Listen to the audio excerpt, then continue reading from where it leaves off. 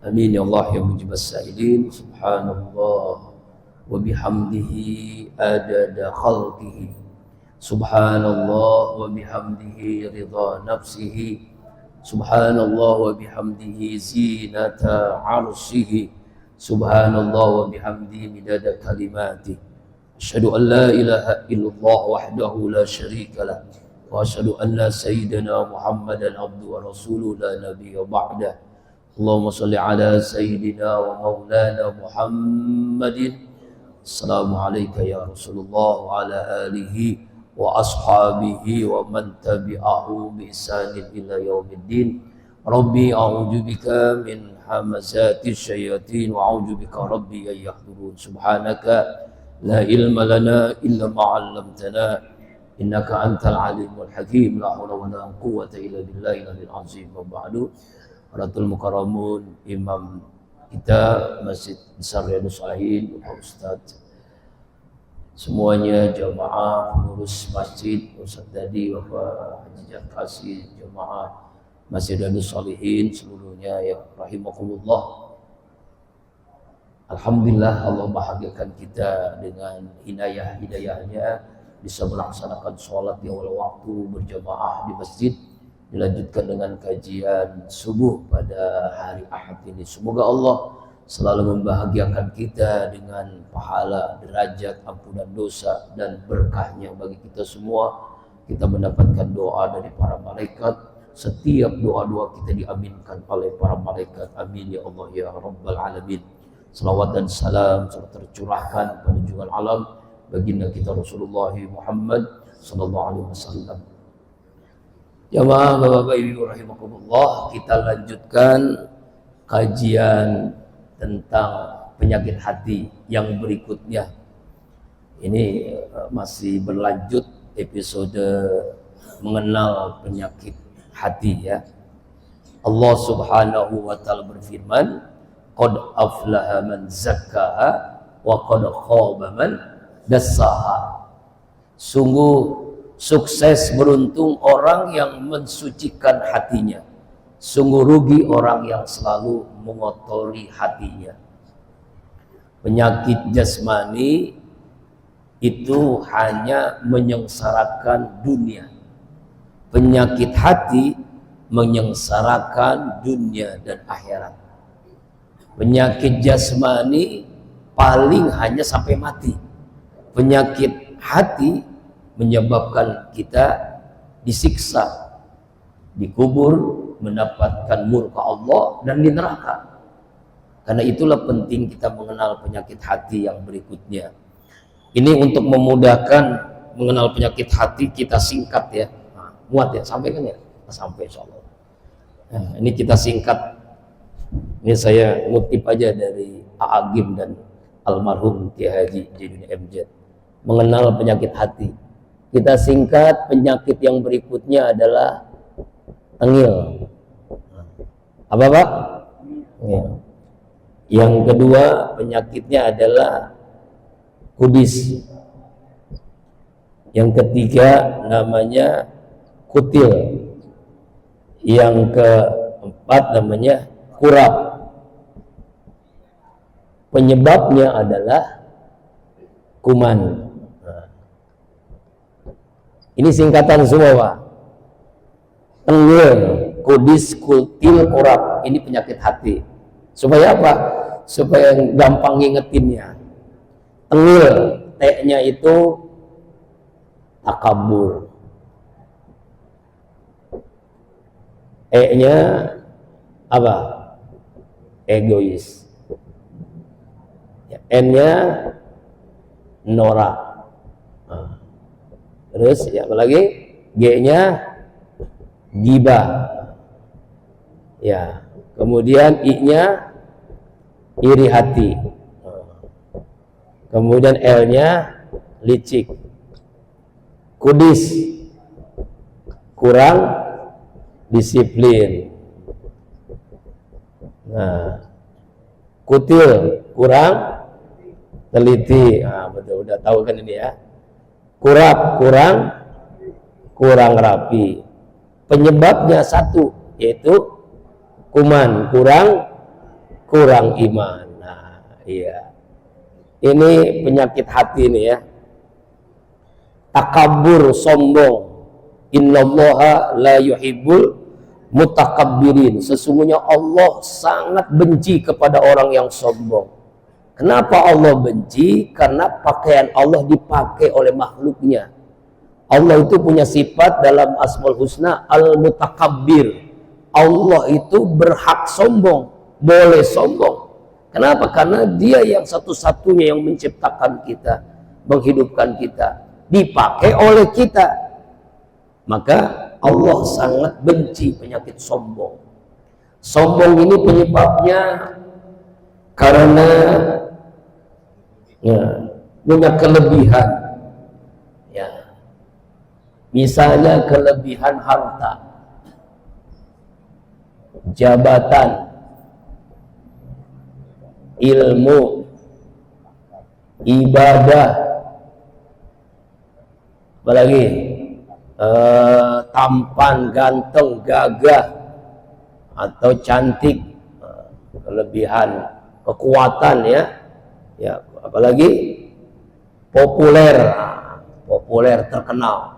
Ini penyebabnya. Atau juga bisa jadi keturunan penyebab sombong.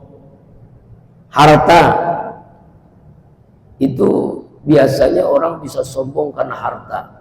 Tapi ada juga orang miskin yang sombong. Ini keterlaluan. Ada nggak Bu? Orang kaya sombong mungkin ya masih wajar. Orang miskin sombong, kurang aja. Emang ada? Ada miskin gak ibadah, itu sombong namanya. Dulu ini cerita nyata ini. Ketika bersama almarhum Murabi Kiai Haji Muhammad Arifin Ilham, ada orang susah minta-minta. Lalu almarhum ngasih itu 50.000 waktu tahun 2000 itu 50.000 kan gede banget ya. Itu orang, itu uang yang 50 itu disobek-sobek. Masa ustadz terkenal ngasihnya uang segini di depan dia gitu. Ini sombong. Bayangin, udah dapat duit 50.000 disobek-sobek. Katanya kok kecil begitu, ya Allah. Ini sombong banget ya orang. Ini contoh sederhana yang sombong ya. Sombong ya. Yang kedua penyebab sombong karena jabatan. Nah ini kan sebentar lagi nih pilkada ya. Nah ini memilih pemimpin, wali kota, bupati, gubernur. Ya Pak ya. Milih yang mana Bu? Pilih jangan yang sombong ya. Ini sebab sombong ini karena jabatan. Ya. Jabatannya RT, lurah, RW, camat, bupati, gubernur itu biasanya bisa menyebabkan kesombongan ya. Fir'aun, kemudian Namrud itu sombong, makanya Allah hancurkan kesombongannya. Kemudian karena ilmu, ini ilmu juga orang bisa sombong karena ilmu ya, merasa paling pintar yang nggak ada di parung ini, kayak buah misalnya, sombong, petantang petenteng, punya gelar profesor, punya gelar kiai, punya gelar apalagi nih ajengan, habib. Nah biasanya tuh sombong ilmu.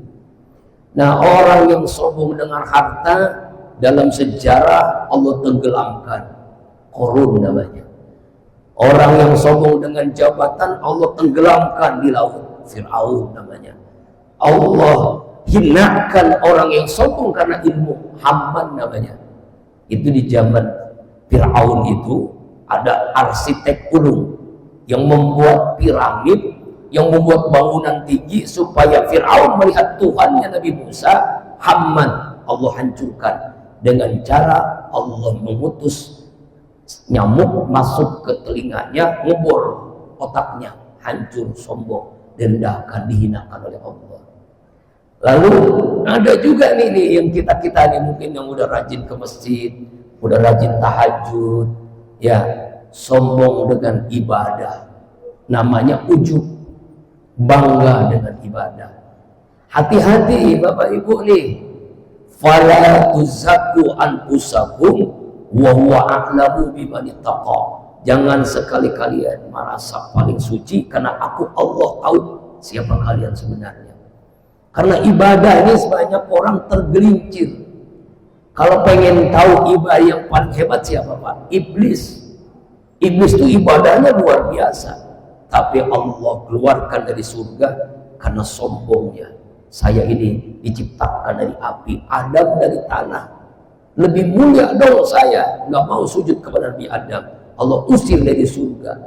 Padahal dulunya ibadahnya, nggak ada tandingannya, iblis. Hati-hati Pak ya. Jadi perangkap iblis itu sombong karena ibadah. Ibadah kita belum tentu diterima. Ya, jadi jangan merasa sombong dengan ibadah. Kemudian sombong karena fisik, tampan, cantik, nah itu biasa itu ya. Bahkan mempercantik diri, bela-belain ke salon, bela-belain pedikur ya. Wah itu. Ini juga sebab sombong. Penyebab yang sombong itu populer, terkenal. Nah, terkenal nih, merasa nggak ada orang yang hebat kayak dirinya ya. Nah, Abu Lahab itu terkenal Pak. Bahkan sampai kiamat terkenalnya. Kenapa? Allah abadikan, mengingatkan kita. Terkenal Abu Lahab itu ganteng, istrinya paling cantik, makanya disebut Ummu Jamil, ibu yang paling cantik. Tapi Allah hancurkan kehinaan. Tabbat yada Abi Lahab wa tab, ma aghna anhu maluhu ma kasab. Wa imra'atuhu, istrinya juga sama. Nah, istrinya pun disebutkan Allah hinakan. Nah, kemudian sombong karena keturunan darah biru. Nah, darah biru. Ada nggak Pak pernah melihat darah biru Pak? Darah biru pernah melihat tuh? Yang saya tahu darah itu merah ya. Nah, itu biasa sombong. Yang kedua egois, penyakit hati egois. Apa itu egois? Pengen menang sendiri. Ya, karena dia merasa sombong tadi, akhirnya hidupnya itu tidak mau peduli dengan orang lain. Ya, egois, merasa nggak ada yang butuh dengannya. Padahal Allah mengingatkan ya dalam hadis Rasulullah SAW, wallahu fi aunil abdi makanal abdu fi auni akhihi. Allah itu akan menolong seorang hamba selama hamba itu menolong saudaranya yang lainnya. Orang yang punya sifat egois ini nggak mungkin dia memperhatikan keluarganya, tetangganya, orang terdekatnya, orang lain nggak ada tuh, nggak ada kepedulian, nggak ada peka, nggak ada kepekaan sosial. Makanya orang yang bertakwa itu soleh ritual sekaligus soleh sosial.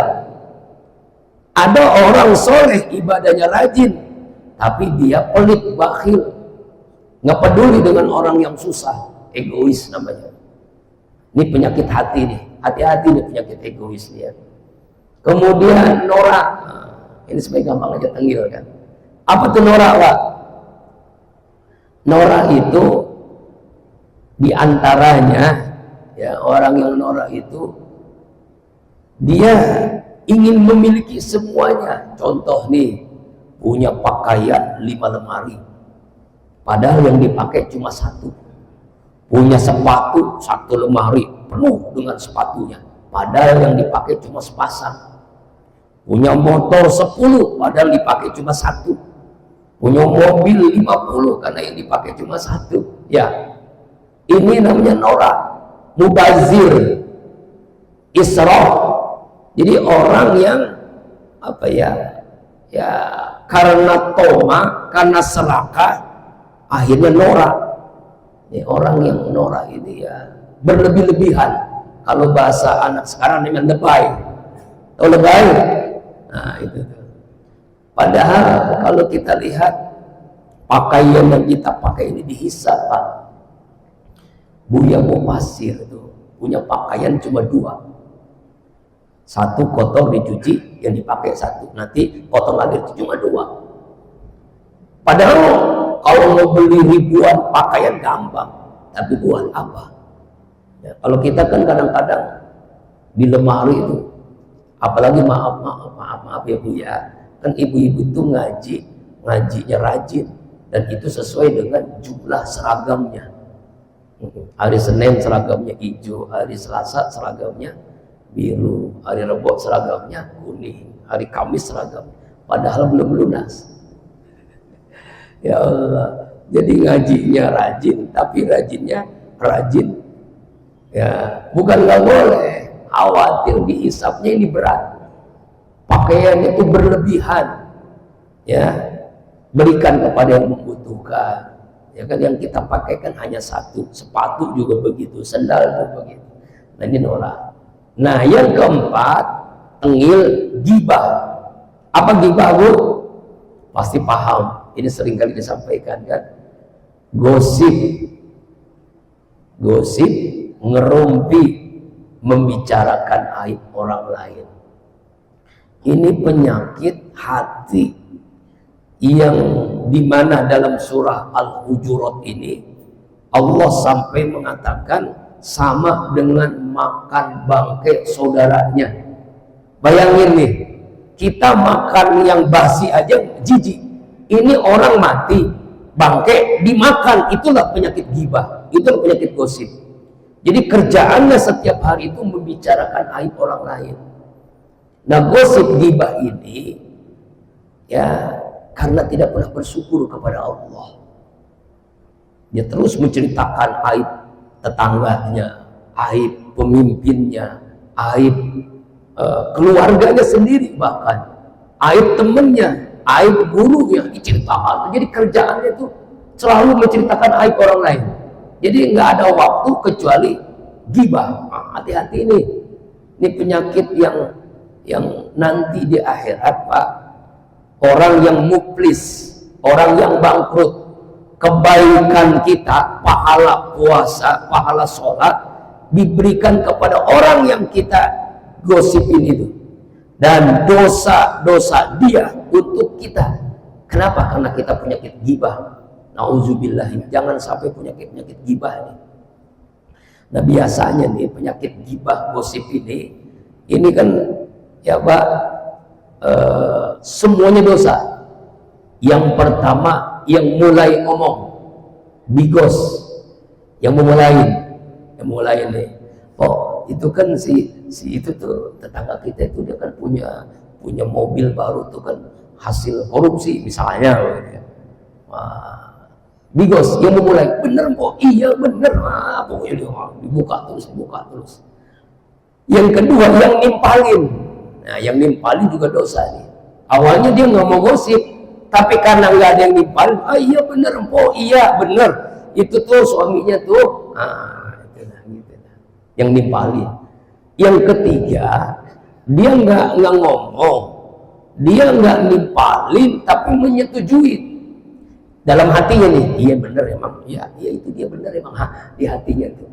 Itu juga gibah, makanya gaibiyah. Jadi hatinya itu juga termasuk dosa, walaupun dosanya tidak sebesar orang yang menggunai ngomongin orang. Nah penyakit gibah, gosip, ini penyakit hati. Kemudian iri hati, atau disebut dengan hasud. Nah, ya hasud, iri hati. Wa min syarri hasidin ija hasad. Penyakit hasud ini dalam hadis Rasulullah menyatakan, kita ini ibadah, sholat, puasa, ngaji, baca Quran, zikir, haji, umroh, pahalanya gede banget kan.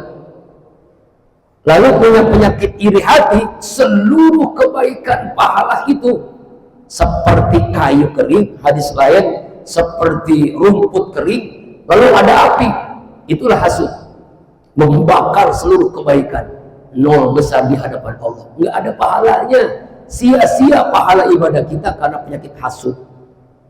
Hasud ini biasanya, iri hati ini selevel, tetangga dengan tetangga, ya perempuan dengan perempuan, laki-laki dengan laki-laki, pedagang dengan pedagang, politikus dengan politikus, orang kaya dengan orang kaya, ya kan, dokter dengan dokter, guru dengan guru.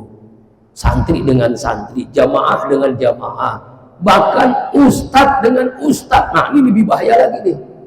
Ada ustadz yang hasut tuh. Nah hati-hati, ini bahaya banget ini. Karena dia nanti perang dalil nanti. Perang dalil nih. Makanya kita minta kepada Allah dalam surah Al-Falaq, wa min syarri hasidin idza hasad. Ya Allah, cabut dalam diri kami keinginan berbuat hasud, lindungi kami dari orang yang hasud. Penyakit hasud. Kenapa bisa orang punya penyakit hasud? Karena tidak pernah bersyukur kepada Allah. Dia menginginkan nikmat yang Allah berikan kepada orang lain hilang, ya, lalu nikmat itu untuk dirinya. Penyakit ini cirinya dua, SMS, senang melihat orang lain susah, susah melihat orang lain senang. Contoh, tetangga beli motor meriah, tetangga beli mobil masuk rumah sakit, tetangga punya rumah baru sakaratul maut, tetangga kawin lagi mati. Nah, ini penyakit hasud.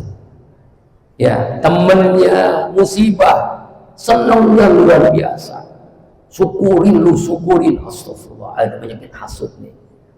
Hasud senang melihat orang lain susah, susah melihat orang lain senang. Wa min syarri hasidin idza hasad, iri hati. Kemudian penyakit yang keenam, licik. Panggil kan, licik. Apa itu licik? Nah, licik itu misalnya, sekarang ini zaman, sebentar lagi ya, pilkada ini hari apa? Hari Rabu ya, hari Rabu kita milih ini. Licik, menghalalkan segala cara, itu licik. Orang-orang PKI ini kan yang penting berkuasa, yang penting punya jabatan, yang penting punya harta. Jadi menghalalkan segala cara, licik namanya. Dia nggak peduli halal haram, nggak peduli boleh tidak boleh, nggak peduli hak dan batil. Yang penting apapun yang dia inginkan harus tercapai. Menghalalkan segala cara. Buzzer tuh yang dulu ya terkenal kan, buzzer politik. Waduh, wah, masya Allah. Ini yang merusak negeri kita ini buzzer. Yang anehnya dibiayai itu, dapat duitnya dan seneng gitu, seneng dapat duit gitu. Ya Allah. Nah ini licik nih, menghalalkan segala cara supaya dia jadi wali kota, bupati, gubernur. Wah, pokoknya apapun dia lakukan, pakai pakaian perempuan kayak nggak masalah. Wah, peluk-pelukan nggak masalah. Pokoknya yang pentingnya terkenal, orang milih dia. Ya kalau dulu tuh sampai ke Solokan gitu ya, turun ke Solokan, ya kan ya. Yang penting orang tuh, wah ini hebat nih, ini namanya nih wong deso nih, ya kan ya. Ini apa adanya nih, turun ke bawah, turun ke rakyat. Ya, apa namanya itu, pencitraan. Nah ini ya, pencitraan. Ikhlas dengan pencitraan itu bertolak belakang. Orang yang ikhlas, apa yang ada di hatinya itu yang diamalkan, itu yang dipikirkan, alif dia lurus. Tapi kalau pencitraan cuma casingnya doang dia hebat, padahal hatinya busuk, licik namanya. Ya, na'udzubillah. Nah, makanya hati-hati Pak nih Bu, nanti memilih pemimpin ini tanggung jawabnya dunia akhirat. Sebelum memilih kita istikharah, sholat 2 rakaat, minta kepada Allah, ya Allah, hamba ini bingung nih, ya pilihannya siapa nih, ya siapa yang kita pilih, minta kepada Allah pilihan yang terbaik.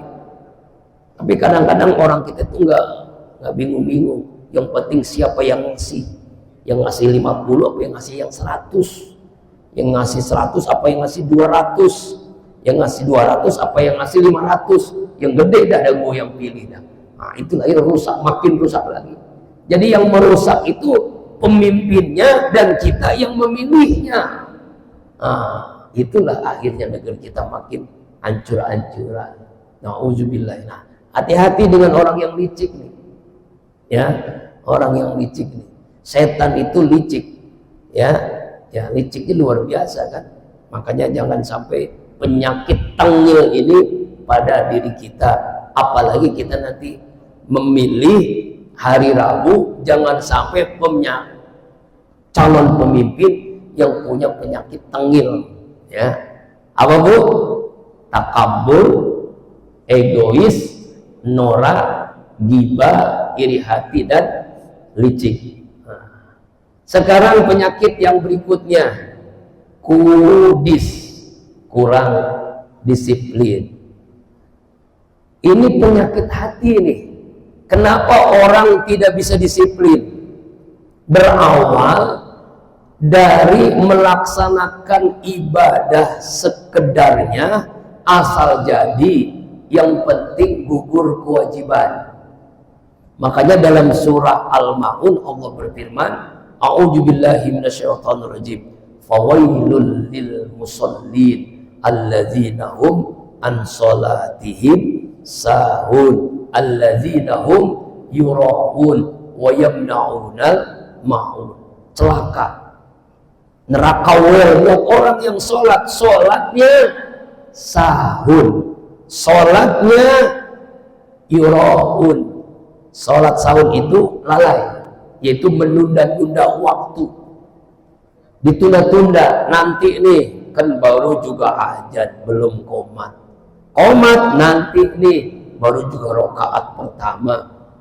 Ya, nanti dulu, tanggung nih kerjaan, tanggung nih cucian, tanggung nih masakan, tanggung, akhirnya sholat zuhurnya ke asaran, asarnya ke maghriban, maghribnya ke isaan, isanya ketiduran, subuhnya.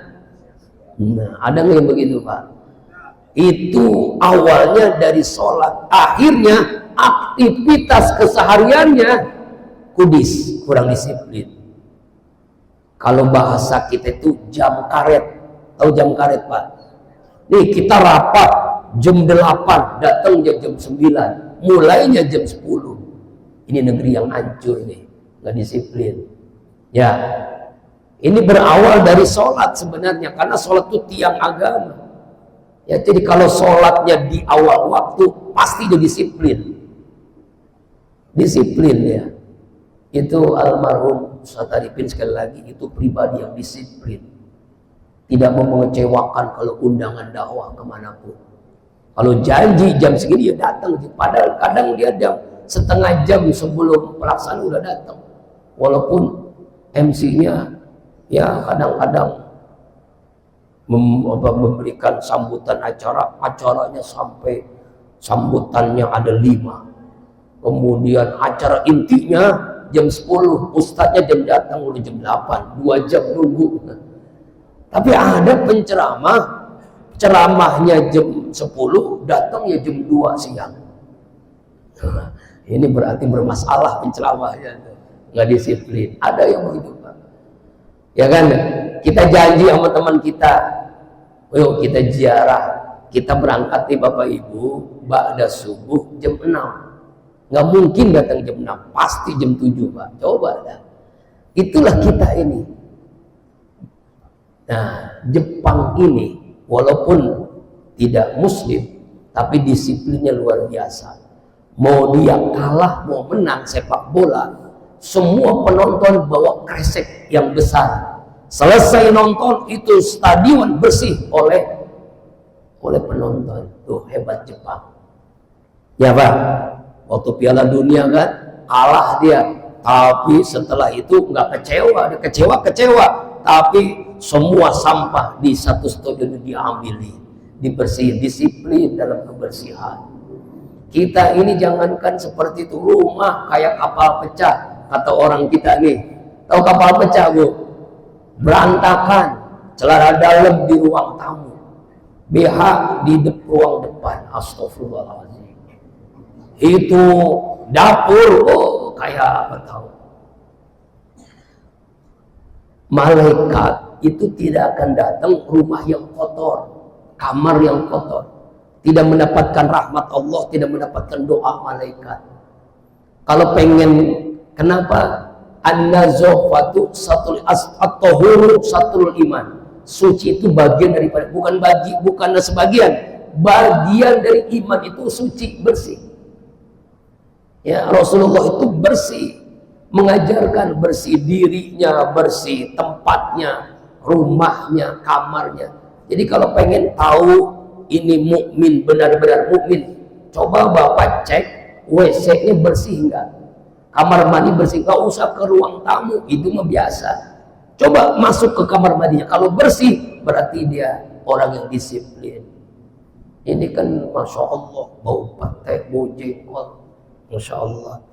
Coba masjid yang bersih pun nyaman. Masjid Al-Maghfirah, saya contohin ya di Gandaria itu Masya Allah Pak, kamar mandinya wah nyaman, wangi, bersih. Kalau kita banyak kan, kalau di sini Insya Allah enggak ya. Kamar kalau pengen tahu, pengen tanya, Pak, kamar mandi mana? Gampang, pakai hidung, jangan pakai mulut, jangan pakai mata. Oh, pasti di sana tuh ada kamar mandi ya. Ya Allah ya Rabbana. Ya Pak, yuk disiplin ini pribadi mukmin. Ya, kalau orang kurang disiplin, semuanya berantakan. Pekerjaan apapun berantakan. Diawali dari sholat. Sholat itu pokoknya awal dari panggilan Allah lewat suara muazzin. Makanya nanti di akhirat di padang mahsyar, wajah orang-orang beriman ini berbeda-beda sesuai dengan amalnya. Belum aja dia ke masjid, ke musola, wajahnya seperti matahari, bersinar sangat terang.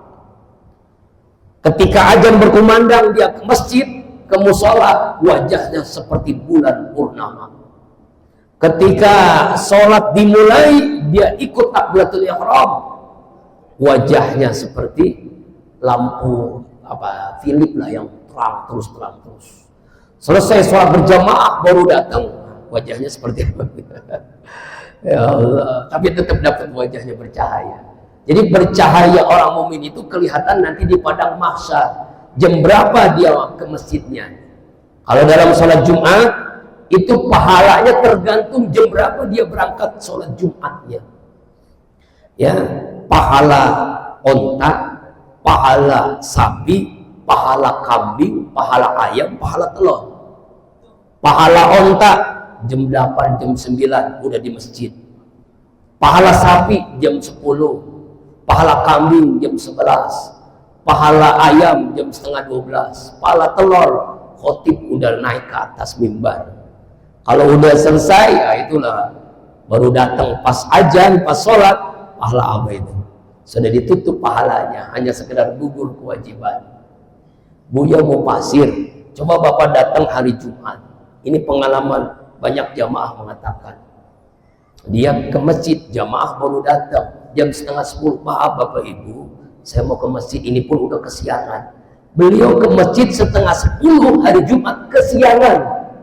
Udah kesiangan, setengah 10 ke masjid. Kalau kita coba ya jam setengah 11, jam berapa? Jam 12 baru datang. Setengah 10 ke masjid hari Jumat udah kesiangan. Subhanallah. Profesor Dr. Harun Nasution almarhum, ya beliau kan terkenal katanya dulunya pikirannya ya, tapi beliau tasawufnya di akhir hidupnya luar biasa. Dia sholat di pojok kanan masjid Fatullah. Waktu itu dia kesiangan, datangnya jam 10. Itu ada mahasiswa yang sholat duha di pojok masjid, dia nggak tahu itu tempat Pak Harun. Ada yang nenggor, jangan sholat di situ, itu tempatnya Pak Harun. Pak Harun itu kesiangan. Biasanya dia jam 10 pagi udah ada di masjid. Buya jam setengah 10, Profesor Harun Nasution jam 10 hari Jumat di masjid sudah ada di masjid. Kalau kita bukan buya, bukan kiai, bukan profesor, ke masjid hari Jumat jam belum disiplin kita ya, pahalanya apa itu ya? Masya Allah. Yang kedua, ini juga benar bukan menyinggung Bapak, menyinggung pribadi saya. Kenapa Ustadz berangkatnya datang ke masjidnya jam setengah 12? Oh, alasannya gampang. Karena khotib itu kalau datang jam 10 nanti malaikat udah nutup buku katanya. Nanti berangkatnya belakangan supaya nanti jamaah datang baru kita tutup dengan khotib datang. Allahu Akbar. Kutil, kurang teliti. Nah ini penyakit juga nih. Kurang teliti kita dalam memilih pemimpin. Nah, memilih lagi ya. Kurang teliti dalam ibadah, sembrono ibadah kita. Ya, walaupun memang Imam Syafi'i mengatakan tanda orang dikatakan khusyuk, orang awam ketika takbiratul ihram dan salam ingat Allah. Itu orang awam udah dikatakan khusyuk. Walaupun ketika Al-Fatihah, ruku, sujud, ingat macam-macam, itu kata Imam Syafi'i itu dianggap khusyuk kalau awalnya akhirnya sholat ingat Allah. Makanya teliti supaya kita khusyuk sholat itu gimana? Kita pahami rukun salat sholat, bagaimana cara khusyuk dalam sholat, ya Pak ya. Nah ini kan yang penting nih, kurang teliti dalam memahami agama, kurang teliti dalam mengamalkan agama, kurang teliti dalam menghayati agama, akhirnya tidak bisa menikmati ibadah yang kita laksanakan. Dulu pernah saya jelasin apa sih ciri perbedaan muslim, mukmin, muttaqin. Nggak usah yang mulut-mulut, coba lihat diri kita nih. Semua perintah Allah, apakah kita merasakan beban, berat, kewajiban, ataukah sudah jadi kebutuhan, atau sudah jadi kenikmatan? Ya. Jadi gampang kita menandai diri kita aja sendiri. Kewajiban atau kebutuhan atau kenikmatan. Nah, kita ini sebenarnya perintah Allah apakah merasakan baru kewajiban atau sudah jadi kebutuhan atau sudah jadi kenikmatan. Nah, cirinya tuh orang muslim itu baru tingkatan muslim. Perintah Allah sholat, puasa, baca Al-Quran, zikir, ngaji, ya zakat, infak, sedekah baru sekedar kewajiban, terpaksa beban. Nah itu baru muslim. Kalau pengen tahu kita ini mukmin, ibadah sudah jadi kebutuhan, butuh dengan sholat, butuh dengan ngaji, butuh dengan zikir, butuh dengan puasa, butuh dengan zakat, infak, sedekah, butuh dengan ibadah karena dia tahu hikmah manfaat dari ibadah yang dikerjakan. Sudah mukmin. Nah kalau yang hebat ini muttaqin. Siapa dia? Ibadah sudah jadi kenikmatan. Seperti Rasulullah SAW, sholat tahajud lama berdiri ruku sujudnya sampai kakinya bengkak lantaran lama berdiri ruku sujudnya. Aisyah radhiyallahu anha tidak sanggup mengikuti tahajud Rasulullah. Ya, lalu nanya selesai tahajud, ya abang ini kan udah dijamin masuk surga, sudah dijamin ampunan dosa, kenapa gitu-gitu amat sih ibadahnya? Apa jawaban Rasulullah? Afala abdan syakura. Karena itulah aku ingin menjadi hamba Allah yang bersyukur. Jadi mengalahkan sakit jasmani, kenikmatan dalam ibadah. Seperti itu. Makanya saya yakin jamaah Masjid Besar itu soal ini banyak yang suka kakinya bengkak. Ya. Habis apa? Jatuh dari motor. Bukan habis tahajud. Lalu penyakit yang berikutnya kurang. Apa ini? Kurang rapi. Kurang rapi. Nah ini sebenarnya juga berawal dari enggak disiplin dalam hidup. Kurang rapi memakai pakaian, kurang rapi dalam bersikap, kurang rapi dalam bertindak, kurang rapi dalam ibadah. Ya kan ya? Ya pakaian sholat, pakaian ibadah harus bagaimana? Ya, contoh nih Bu, contoh sederhana nih. Kita ini kan seringkali karena sekarang zaman instan, terutama ibu-ibu yang suka nyuci pakaian ya Bu ya. Saya ngingatin nih, malam Sabtu ngaji kitab Sabtu Najah kepada jamaah tentang bagaimana cara mencuci pakaian yang benar. Ini kadang-kadang ini karena kita zaman instan pengen cepet beres, semua pakaian dijadikan satu di mesin cuci. Celana dalam, sempak, ya maaf ya, BH, semuanya disatuin itu dengan pakaian mukena, dengan sorban, dengan pakai gamis, dengan baju koko, dengan kain. Dan dia tidak sadar. Misalnya nih, satu celana dalam di situ ada yang najis, lalu digulung-gulung dengan mesin cuci itu, semuanya jadi najis. Akhirnya ibadahnya ditolak sama Allah karena ada najis. Hati-hati ini.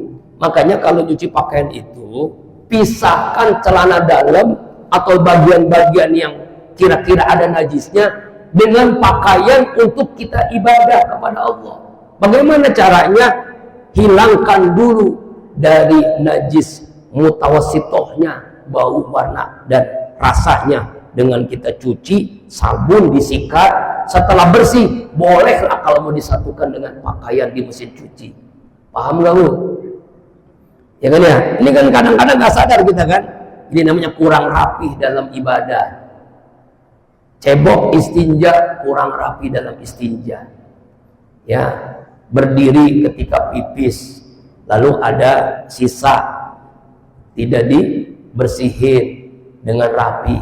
Kan cara istinja cebok yang benar, Pak, ini maaf nih ngajarin ya, itu kan jongkoknya nih saya ajarin nih, jongkoknya begini tuh Pak, jongkoknya begini, bukan begini, bukan begini nih. Jadi ada yang diangkat kanan atau kirinya. Kemudian ketika pipis, kalau laki-laki diurut, kemudian dehem 3 kali. Dehemnya itu bukan asal dehem dari mulut, tapi dari ke perut. Jadi diangkat dehemnya. Setelah dehem 3 kali, barulah dikena air. Kena air. Kemudian setelah kena air itu dibolak-balikin, maaf nih, dibolak-balikin begini 1, 2, 3. Coba ada. Itu pasti bersih. Kenapa banyak orang sekarang punya penyakit ginjal, punya penyakit prostat, punya penyakit kanker rahim? Di antara penyebabnya karena pipisnya tidak benar. Pipis tidak benar, istinjanya tidak betul, akhirnya ada yang sisa. Sisa itulah sumber penyakit. Paham ya? Ini hal sederhana nih. Coba ada yang pernah ke Mekah, ke Masjidil Haram, Masjid Nabawi, itu tidak ada pipis berdiri kan? Pipis berdiri itu kan Yahudi, Pak. Jongkok yang benar. Bukan duduk juga salah. Jongkok itu yang benar. Makanya WC di Masjidil Haram, Masjid Nabawi itu semuanya kan, ya kan ya Pak Haji ya, iya kan, iya benar itu. Kalau kita kan jangankan di sini, di Masjid Istiqlal saja itu pipis berdiri, bingung kita, ya terpaksa juga akhirnya. Kalau pipis berdiri itu seringkali ada sisa. Nah sisa itu yang najis. Satu tetes aja, satu tetes masuk ke celana dalam kita sholat nggak sah, nggak diterima, sia-sia. Nah itu kurang rapih dalam ibadah. Yuk perbaiki lagi. Kurang penyakit hati yang ke-9. Ini semua 9 penyakit ini penyebabnya satu, kuman. Jadi takabur, egois, norak, gibah, iri hati, licik, kurang disiplin, kurang teliti, kurang rapi, penyebabnya satu, kuman. Kumannya banyak, kurang iman. Ya Pak ya, kurang iman. Makanya Rasul mengingatkan, jadidu imanakum bizikri la ilaha illallah. Perbaikilah iman kalian dengan memperbanyak kalimat la ilaha illallah. Iman, kurang iman, imannya lemah. Imannya ada tapi lemah, kurang. Kuman ini kan penyakit yang luar biasa, ya. Akhirnya penyakit hati timbul semua karena imannya lemah. Makanya kita hadir di majelis ilmu supaya iman kita meningkat. Kita hadir di pengajian, iman meningkat. Yakinilah, setiap kita hadir, iman itu meningkat. Hadir lagi, meningkat lagi, begitu caranya. Ya, kemudian memperbanyak zikir supaya iman kita meningkat. Mudah-mudahan dengan mengenal penyakit hati ini kita diberikan oleh Allah kemudahan untuk menjauhinya dan kita kuatkan iman kita sehingga semua penyakit ini hilang dalam diri kita. Amin. Pas waktu suruh kita baca doa, kita mohon kepada Allah agar Allah selalu membimbing kita, menguatkan iman kita, menambah keyakinan kita sehingga kita diberikan oleh Allah menjauhi seluruh penyakit hati. Kalau masih ada penyakit hati ini, hilangkan dengan kita muhasabah diri, kita perbaiki diri.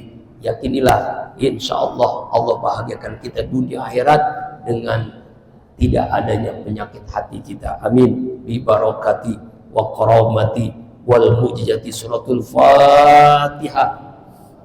A'udzu billahi minasyaitonir rajim. Bismillahirrahmanirrahim. Alhamdulillahi rabbil alamin. Arrahmanir rahim. Maliki yaumiddin. Iyyaka na'budu wa iyyaka nasta'in. Ihdinas siratal mustaqim. Siratal ladzina an'amta 'alaihim ghairil maghdubi 'alaihim waladdallin.